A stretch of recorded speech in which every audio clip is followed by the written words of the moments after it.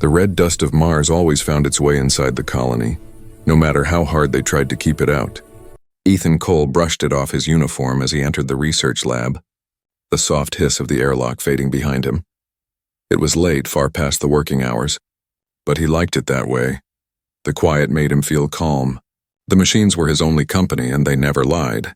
The lab was filled with silver light, the hum of computers and the slow heartbeat of machines. In the center of the room stood a long glass pod, covered with frost from the inside. Inside the pod lay something. No. Someone, a girl, her skin pale like moonlight, her hair silver blue, her body still as stone. She wasn't human, not exactly, but she wasn't like the other alien species they had recorded either. Ethan had been assigned to check her containment system officially. He was told she was just a biological specimen, but to him, she looked too human for that. He walked closer, the reflection of her face dancing in the glass, even through the thick layer of cryofrost. She looked peaceful, almost like she was dreaming. He leaned down to fix a loose wire near the control panel. The machine's lights flickered, and a low beep filled the room. Ethan frowned, tapping the screen. Great, another faulty circuit, he muttered under his breath. He reached down to reconnect a cable under the pod's edge. His hand slipping for just a second. That second changed everything. His fingers brushed against the frost-covered glass. Or maybe, somehow through it, he felt something soft, warm, alive. The frost began to melt away, a thin trail forming where his skin had touched. A faint pulse of light ran through the pod. Spreading like veins of silver fire, Ethan jumped back, his heart racing. "What the?" he whispered. The pod began to hum, the readings on his screen flashing red. "Reactor surge detected," the computer said calmly. The temperature rose fast, the glass fogged, then cracked.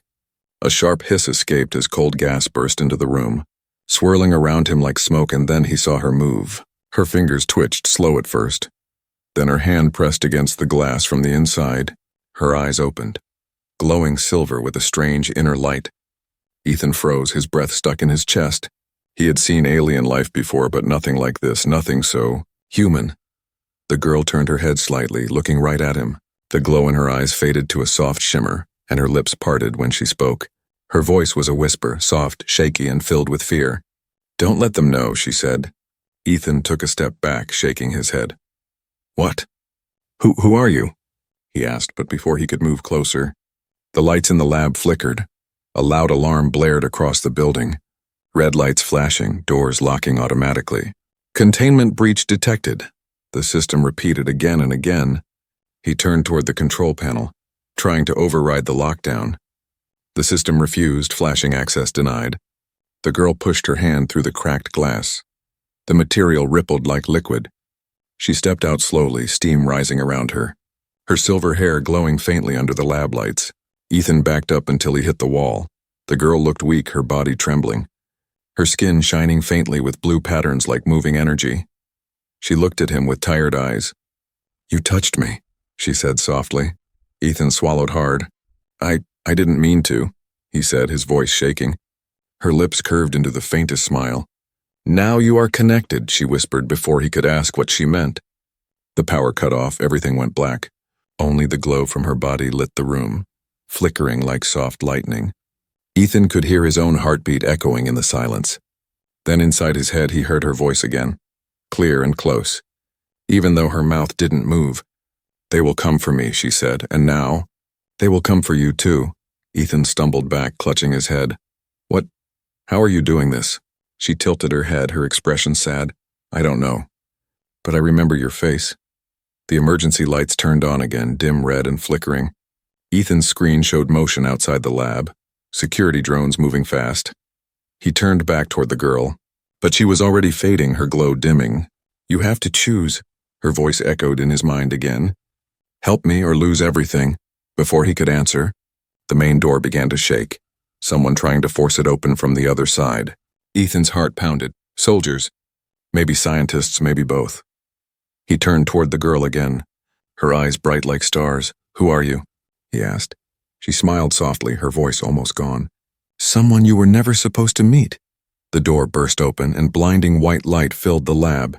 Ethan raised his hand to shield his eyes, but when he looked again, the girl was gone. Only a thin trail of frost and silver light remained on the floor where she had stood. And somewhere deep inside his mind, her whisper returned. Don't let them know.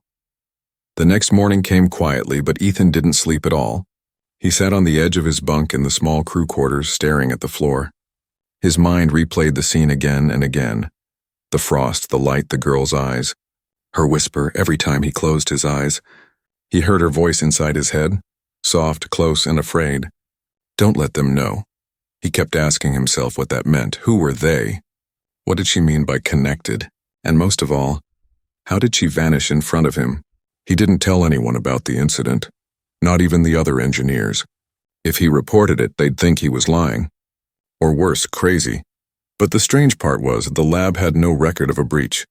When he checked the system logs, the alarms from last night were gone. The files had been deleted. Like the whole thing never happened. Someone had wiped the evidence clean. Ethan leaned back in his chair, rubbing his face. His communicator beeped. Commander Holt wanted a meeting. Ethan sighed and walked down the long steel corridor to the command office. The colony was silent except for the hum of power lines and the distant roar of Martian wind. Holt was waiting, his eyes sharp as always. Cole, he said, not looking up from his tablet. You were in the biology lab last night. Ethan nodded slowly. Yes, sir, just finishing up maintenance. Any irregularities? Holt asked, his tone flat. Ethan hesitated, his throat dry. No, sir, everything was stable. Holt finally looked up, his gaze cold. You're sure? He said, because the security feed cut off at 2347. Ethan felt his stomach twist. Maybe a power glitch, he said carefully. Holt studied him for a long second, then smiled. But it wasn't friendly. Let's hope that's all it was, he said. We can't afford mistakes with that specimen. Ethan left the office, his palms sweating. Holt's tone made it clear. The commander knew something had happened. Maybe not what exactly, but enough to watch him closely. He returned to the lab during his next shift. The glass pod was there, perfectly sealed again. No cracks, no frost, no sign of the girl. But something new caught his eye. A small silver mark on his wrist. It shimmered faintly under the light. Shaped like a thin spiral, he rubbed it, but it didn't fade. Then it happened again in that voice. Inside his head, soft as a breeze, but unmistakably hers. Ethan, can you hear me? He froze, his tools clattering to the floor. He looked around. No one was there, but the voice was close, like she was standing right behind him. Yes, he whispered. Who are you? Where are you? I don't know, she answered. I can't see, I can only feel your thoughts. Ethan swallowed hard. How are you in my head? There was a pause, a faint sadness in her voice. When you touched me, something joined us. He could feel her emotions, confusion, fear, loneliness. It wasn't just sound. It was connection. His heartbeat matched hers. His thoughts seemed to echo through her presence. She whispered again. They know I'm awake. They will come for you too. Ethan turned to the computer. Trying to access the security feed, the screens blinked. Then filled with static, he typed faster. But every time he searched for data on specimen 09, the system blocked him. Access denied, the message repeated. Someone had locked all files. Suddenly, the door beeped. A security patrol entering. Ethan quickly pulled up fake data on the monitor. Pretending to run diagnostics, 2 soldiers in black armor stepped in, scanning the room with small drones. Routine inspection, one said. You're working alone? Yes, Ethan replied, forcing a calm tone. Just maintenance checks. They didn't believe him, he could tell. Their helmets hid their faces, but one of them stopped near the pod. He tapped it twice, muttering something Ethan couldn't hear. After a minute, they left, leaving behind a strange silence. Ethan exhaled deeply, his chest tight. They're looking for me, the girl's voice whispered again. They can feel my energy. Why? He asked quietly. What do they want with you? She paused, and when she spoke, her voice trembled. Because I'm not supposed to exist. Ethan felt a chill down his spine. He wanted to ask more, but the connection suddenly grew painful. A sharp noise in his head. He fell to his knees, gripping his temples through the pain. He heard her crying voice, I can't stay long. They're blocking me. Please find me before they do.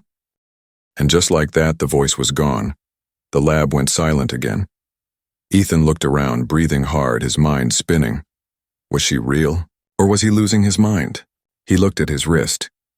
The silver spiral was glowing faintly now. Pulsing like a heartbeat, he covered it with his sleeve quickly. Something told him if anyone saw that mark, they'd take him away. He didn't know what they wanted or how deep this went. But one thing was clear. The girl was alive somewhere and she needed him. As he left the lab, the hallway lights flickered again. In the faint hum of the power lines, he thought he heard her whisper one last time, "Don't let them know." The colony night was silent.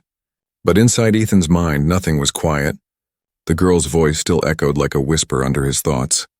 Sometimes soft, sometimes broken, always afraid. Each time he tried to rest, he saw flashes, her eyes, her touch, her words. "Find me before they do," she had said. He couldn't ignore it anymore. He knew something was wrong, deeply wrong. The company had erased every trace of her existence. But he could feel she was alive, somewhere under the colony's cold surface. Trapped, hidden, maybe calling for him. He decided he wouldn't wait for orders this time. That night, he packed a small bag, a flashlight, a data pad, some food packs. He wore a gray engineer suit, blending with the shadows of the lower tunnels. No one noticed him leave the quarters. The cameras in the corridor blinked, then suddenly went dark for 5 seconds. Just enough time. He didn't know how, but he felt she was helping him. The maintenance tunnels under Mars Colony 9 were narrow and filled with dust. Pipes lined the walls, humming with warm air and steam. Ethan crawled through a vent, sliding into an old cargo bay that hadn't been used for years. The silence down there felt heavy, like the air itself was watching him. He turned on his wrist light and stopped. In front of him, glowing faintly in the dark, was a trail of silver dust. It shimmered just like the mark on his wrist. He knelt and touched it, and the faint whisper returned. "You're close." He followed the glowing trail through winding corridors, past empty storage rooms and broken machines. Finally, he reached a large metal door marked Restricted Zone. He hesitated. Going inside could get him arrested. Or worse, but curiosity and fear mixed inside him like fire. He placed his hand on the door and, to his surprise, it unlocked by itself. Inside, the air was colder. There were large tanks filled with blue light, wires hanging from the ceiling like vines. Each tank had a shape inside it, human-like figures, floating in strange liquid. Ethan's breath caught in his throat. They weren't machines, they were living beings. Half human, half something else. And then he heard her voice again, stronger this time. "Ethan, I'm here." He turned and saw another pod at the back of the room. It wasn't glowing, it was dark and cracked. He ran toward it and wiped the frost from the glass. Inside was the same girl, pale, fragile, eyes closed. He touched the glass gently, the same way he had by mistake that first night. The silver light burst again under his hand, and the pod opened with a slow hiss. She fell forward, weak and shaking, and Ethan caught her in his arms. Her skin was cold, her pulse faint, but she was alive. She looked up at him, her voice soft and broken. "You came back?" Ethan nodded. "I couldn't just leave you." Her eyes shimmered faintly. "They'll come soon, we have to go." "Who?" he asked. "The ones who made me," she whispered. "They can feel when I move." He helped her stand, wrapping his jacket around her shoulders. "Can you walk?" he asked. She nodded slowly. For now. They slipped through the back passage, moving fast and quiet. Ethan led the way through the tunnels he knew from his maintenance work. Behind them he heard the sound of footsteps. Heavy, robotic, getting closer. "Security drones, run," he said, pulling her hand. The lights flickered as they passed, sensors sparking and dying. She turned her head and raised her hand. The air around her shimmered. The metal doors behind them slammed shut by themselves. Her power was working again, but she looked weaker every time she used it. They reached the outer dome, the massive shield that separated the colony from Mars's deadly surface. Outside, a storm was raging, winds full of dust and lightning tearing across the red plains. No one could survive out there without a suit. Ethan looked at her, desperate. "We can't go outside." "The storm will kill us," she shook her head, her eyes glowing faintly. "No, the storm hides us." "It's the only way." Ethan hesitated. Soldiers were coming, footsteps echoing closer and closer. He turned toward the dome's exit hatch, alarms already blaring. The girl placed her hand on the hatch's lock, and the metal began to melt like wax. A rush of wind burst in, filling the room with red dust. Ethan coughed, grabbing her arm. "We won't last long." She smiled faintly. "Trust me." And before he could argue, She pulled him through the opening. The storm swallowed them whole. Red dust burned against his skin, the air felt heavy and sharp. He could barely see her in the swirling wind, only the faint silver glow of her eyes. She turned to him and shouted over the roar, "Don't stop! Keep moving!" He followed her through the storm, every step a battle against the violent wind. Somewhere behind them, explosions shook the colony. Drones. Soldiers' chaos, they were gone, off the grid. For the first time, Ethan wasn't sure if he was escaping danger or running into it. But one thing he knew, she wasn't lying. Something inside her, something powerful, was waking up, and now they were part of it together. The storm outside the colony was a living beast roaring across the red plains of Mars. Winds howled and dust hit their suits like 1,000 knives. Ethan held the alien girl's hand tightly as they fought through the chaos. He couldn't see anything except the faint silver glow from her eyes. It was the only light guiding him through the storm. After what felt like hours, they stumbled into the shadow of an old mining station. The metal structure was half buried under dust and rust. Ethan forced the side hatch open, and they collapsed inside. The air was thin and cold, but at least it was quiet. Ethan ripped off his helmet. Gasping for breath, the girl fell beside him, her body trembling. Her skin glowed faintly blue under the dim emergency light. Ethan crawled closer, shaking her shoulder gently. "Hey, stay with me." Her eyes fluttered open and she gave a weak smile. "I told you, the storm would hide us," she whispered. He sighed with relief. "You almost got us killed." Her smile faded a little. "I knew it would be safe, because I could feel it." "Feel it?" Ethan frowned. She nodded slowly, touching her temple. "Your thoughts. They guide me." He froze, staring at her. "You mean, you can read my mind?" She tilted her head as if listening. "Not everything. Just feelings. Fear, anger, hope." Ethan rubbed his wrist where the silver spiral still glowed faintly under his sleeve. "Is that what this mark means?" he asked. She reached out and touched it gently, her fingers cold but soft. "When you touched me that first time, something inside me woke up, and part of me connected to you." Ethan swallowed hard, his heartbeat loud in his ears. "So, you're inside my mind now?" She smiled a little. "Only if you let me." Ethan looked away, trying to hide his confusion. He didn't know if he should be scared or amazed. For a while they sat in silence, listening to the wind howl outside. Then she said softly, "You're thinking about leaving." He turned to her, startled. "What?" "No," she smiled faintly. "You don't have to lie. I can feel your doubt." He sighed. "I'm just scared. I don't know what's happening." She nodded slowly. "Neither do I." Her voice broke a little. "I only remember pieces, lights, pain.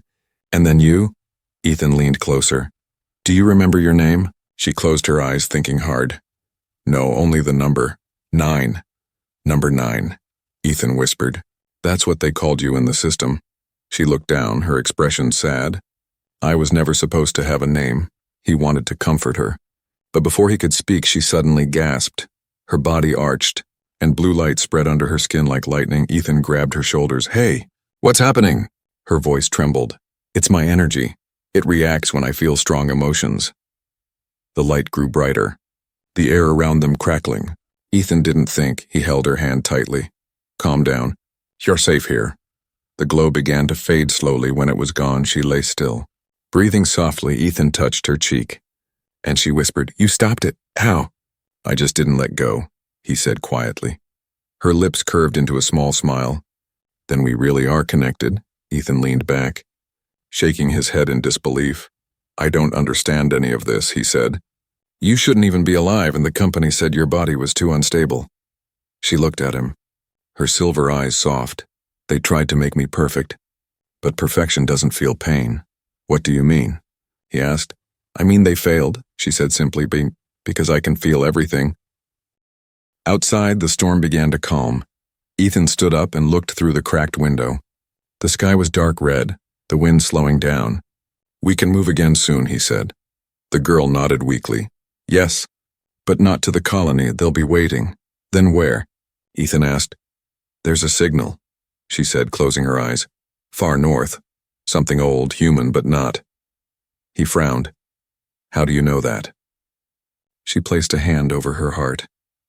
"I can feel it. like a memory that isn't mine. Ethan didn't know whether to believe her, but something deep inside told him she was right.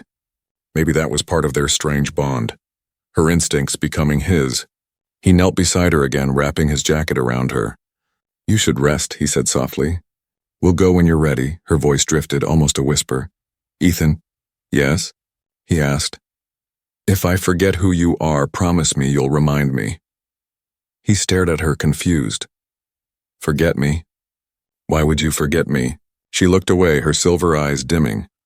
"Every time I use my power, I lose a memory." The words hit him hard. He reached for her hand.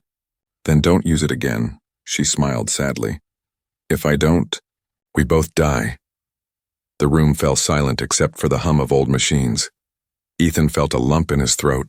"Then we'll find another way." Her eyes closed slowly as she whispered one last time. "If I forget you, run." The blue glow faded from her skin. Outside, lightning flashed over the red horizon. Ethan sat beside her in the dark. His mind racing, he didn't know what was coming. But one thing was certain, he wasn't going to run, not this time. The storm had passed, leaving behind a blood-red sky. Ethan stood at the window of the old mining station, watching the faint sunrise over the dusty plains of Mars. The air was still, quiet, almost peaceful, but he knew it wouldn't last. They couldn't hide forever. Not from the people who built her. Not from the company that owned everything on this planet. The girl on number 9 was sleeping on a blanket near the heater. Her breathing was slow, calm, almost human.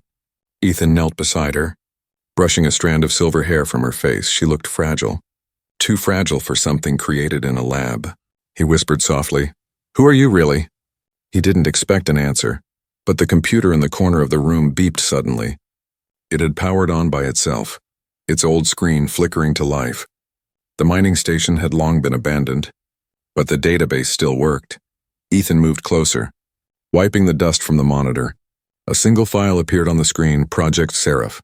His heart skipped a beat. He had seen that name before, on old company blueprints, on reports that were marked classified. He clicked it open, and lines of old code and records filled the screen. Project Seraph, year 2138. Objective, creation of the perfect hybrid, a fusion of human intelligence and alien adaptability. Lead scientist, Dr. Ethan Cole. Ethan froze, reading his own name. His hands began to tremble. "No," he whispered, shaking his head. "That can't be right." But the more he scrolled, the more details appeared. His research notes, his ID, his personal log entries. Prototype 9 shows exceptional neural response to human interaction. One entry said, "Her consciousness is unstable, but her empathy levels are high. She feels too much, and it makes her dangerous." Ethan stepped back, his chest tightening. He couldn't breathe for a moment. He had created her. The girl who was now sleeping just a few feet away, but he didn't remember any of it. That memory had been taken from him, erased like a deleted file. He stared at the screen as another log opened automatically. It was a video file. Old, grainy, the image showed him. Years younger, standing in a lab, speaking to the camera. "This project is out of control," the past Ethan said. "The company wants a weapon, but she's not a weapon. She's alive." Then came static, and the last words he spoke before the file ended were, "If she wakes up, protect her." The screen went black. Ethan stood there in silence, the truth crashing over him like cold water. He wasn't just her protector, he was her creator. He had built her mind, her body, her heart, and somehow, in trying to save her, he had lost his own memories. He turned toward her, number 9, still sleeping peacefully. She looked innocent, unaware of the truth that tied them together. Ethan knelt beside her, whispering, "You're not a mistake. You're my second chance." But before he could think any further, the ground beneath the station trembled. The lights flickered and the computer flashed red warnings. Unauthorized signal detected. Ethan's blood ran cold. "They found us," he whispered. Number 9's eyes opened, glowing faintly silver. She sat up slowly, already sensing it. "They're here," she said softly. "I can feel their presence." Ethan grabbed his bag, pulling her to her feet. "We have to move." But the sound of engines grew louder outside. A bright blue light pierced through the cracks of the station wall. "Search drones." Ethan looked at her, panicked. "Can you block them?" She closed her eyes, focusing hard. The silver veins under her skin began to glow. The machines outside flickered. For a moment, the drones froze mid-air, their lights dimming. Then Number 9 screamed, falling to her knees. Ethan rushed to her side. "What's wrong?" Her voice was faint. "Too much power. I can't hold it. Stop." "You'll hurt yourself," he shouted. She opened her eyes, tears glowing silver. "I have to protect you." Outside, the drones exploded in a burst of light. The shockwave hit the station, throwing Ethan to the ground. When he looked up, the air was full of dust and smoke. Number 9 was lying still, the glow fading from her skin. He crawled to her side. Lifting her head gently, she smiled weakly. "You remember now, don't you?" Ethan nodded, eyes full of pain. "Yes. I made you." She reached up, touching his face. "Then you understand they'll never stop. Not until we're both gone." He held her hand tightly. "Then we'll keep running." She shook her head, her voice trembling. "No, Ethan, you can't run forever. But I can end this." Before he could ask what she meant, she placed her palm on the floor. The metal began to hum, lines of energy spreading outward like veins of light. "What are you doing?" Ethan shouted. Her voice was soft, peaceful. "Finishing what you started." The walls began to shake. The machines glowed brighter. A massive wave of blue energy surged through the ground. The station systems came alive, screens flashing one message again and again. Seraph protocol activated. Ethan tried to stop her, but she smiled faintly. "Don't be afraid.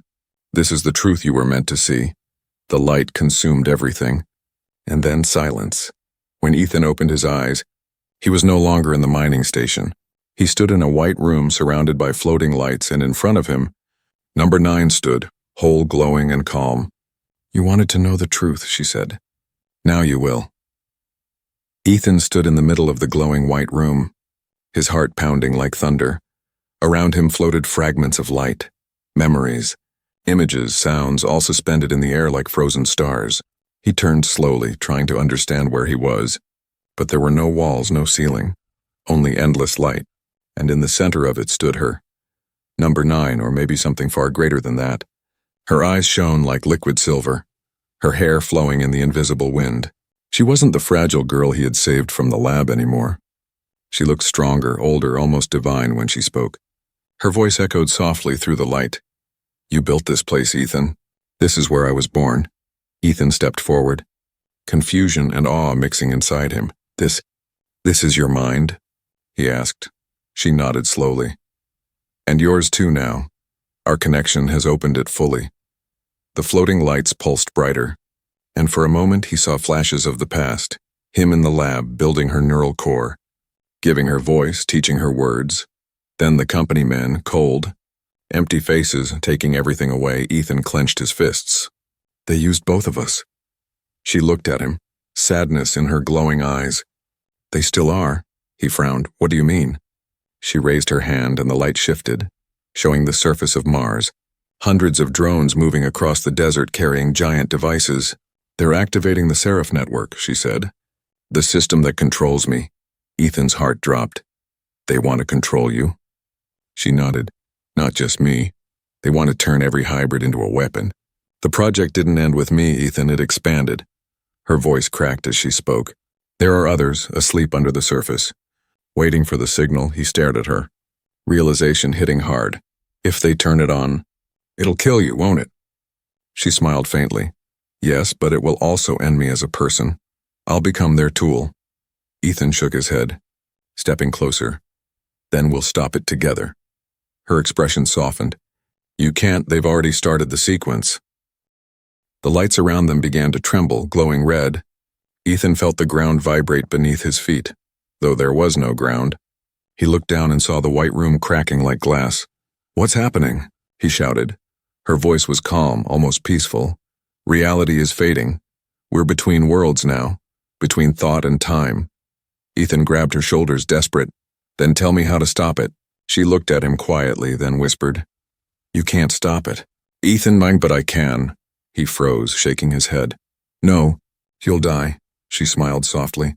"Maybe, but that's what I was made for." He felt anger rising in his chest. "You were made to live, not die for them." Her eyes softened. "I was made to protect life, yours included." The room shook again, light bursting like shards of crystal. Ethan could feel the world outside collapsing. Alarms, energy surges, the sound of war. He reached for her hand. Please. There must be another way, she looked down, her fingers tracing the glowing mark on his wrist. This connection between us. It's my link to the human world. If I break it, I can overload the network.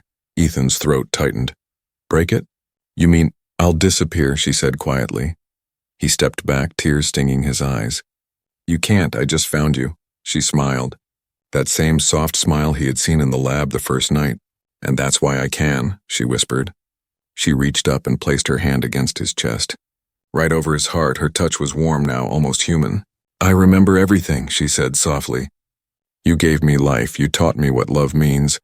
Even if you forgot, Ethan's breath caught. Love? She nodded, her eyes shining brighter. It's the only human thing I ever wanted to feel. The white light began to pulse faster, the cracks spreading wider. Go, she said. When this ends, wake up and run. Ethan grabbed her hand, refusing to let go. I'm not leaving you. Her voice trembled. You have to. I can't save both of us if you stay here. He held her tighter, shouting over the rising sound of energy.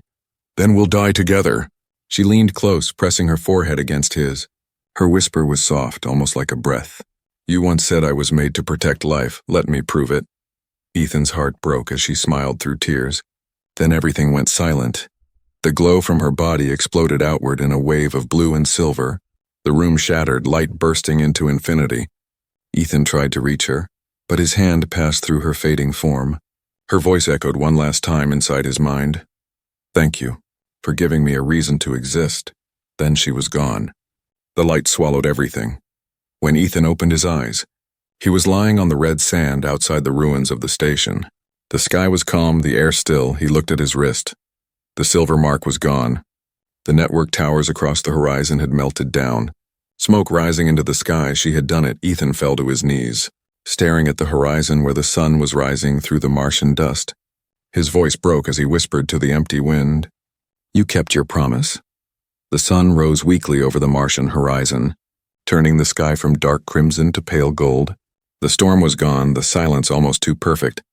Ethan opened his eyes slowly, his body aching, his thoughts heavy like smoke. He lay on the red sand, half buried under dust, staring at the soft glow of morning. For a moment he thought he was dead, but the cold wind on his face told him otherwise. He pushed himself up, coughing, his lungs burning from the thin air. The mining station behind him was gone. Only a black crater remained, still steaming from the explosion. He looked around, his mind blank.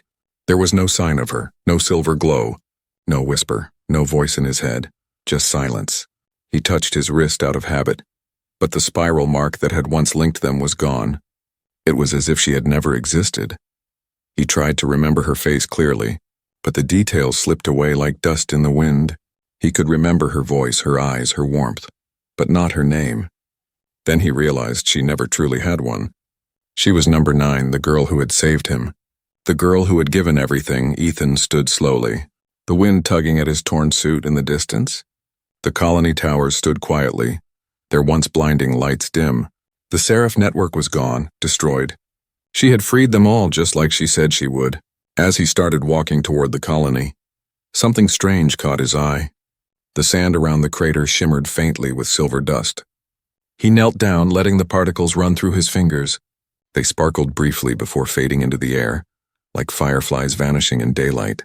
He smiled sadly, whispering, "Goodbye, 9." But as soon as he spoke, a faint echo brushed through his thoughts, soft, almost imagined. "Don't let them know," he froze, his heart skipping a beat. The same words she had whispered the first time they met. He looked around quickly, but the desert was empty, still. He felt something change inside him. His mind felt clearer, lighter, as if her presence was still there. Hidden beneath his heartbeat, he reached the colony hours later. It looked different, cleaner, brighter, alive. The guards at the gate didn't stop him. They simply smiled and waved him through. No one looked angry. No one shouted orders. No one mentioned the company. The logos, the soldiers, the labs, all gone. Ethan walked through the streets in confusion. Children played under the domes, people laughed, shops were open. It was the same colony, but not the same world. He stopped a woman passing by and asked softly, "What happened here?" She looked at him strangely. What do you mean? We've always been free. He stood there speechless. She walked away, leaving him standing in the sunlight. He turned slowly, looking around, realizing something impossible. The past had changed. The world had rewritten itself. Her sacrifice had not just destroyed the network, it had rewritten reality. He walked toward the central plaza, still trying to process it all. In the middle of the plaza was a new monument, a tall silver statue of a woman. Her head tilted slightly, her hands open as if offering light. Her eyes were made of crystal, shimmering faintly with a silver hue. At the base of the statue were engraved words, "To the Seraph, who gave us freedom." Ethan stepped closer. His heart pounding, he stared up at the statue, recognizing her face instantly, even though he couldn't remember all the details. The feeling hit him like lightning. It was her, the alien girl, the one who had whispered in the dark, the one who had saved him. He placed his hand gently on the cold metal base. A single tear slid down his cheek. He whispered, "You did it." The wind blew softly through the plaza, carrying faint echoes of voices for a moment. He thought he heard hers again, light, playful, almost human. "I told you not to be afraid." He smiled through tears, but then something even stranger happened. As he turned to leave, he saw a girl standing across the street. She looked young, human, wearing a simple gray coat. Her silver eyes shimmered faintly in the sunlight. Ethan stopped, frozen, staring at her. The girl tilted her head, a small smile forming on her lips. She stepped closer, her movements soft and familiar. Ethan's heart raced, his voice breaking. "9?" She didn't answer. She just looked at him and whispered the words that started it all. "Don't let them know." And then, before he could move or speak, she turned and walked into the crowd. Ethan chased after her, but the people seemed endless. When he reached the corner where she had gone, she was gone. Only a faint shimmer of silver light remained in the air, dancing like dust. He stood there, breathless. The sunlight bright against his face, he smiled faintly, whispering, "You're still out there, aren't you?" The wind replied softly, carrying a faint echo, one last whisper, "Always." Ethan turned his gaze to the horizon where the golden sun met the red sands. Mars was quiet again, peaceful, but deep inside, he knew this wasn't the end, it was a new beginning, a new dawn for both of them. He closed his eyes, and for the first time in a long time, he felt peace. And somewhere in the shimmer of light above the red desert, a faint silver glow flickered once more, like a heartbeat alive, eternal, watching over him.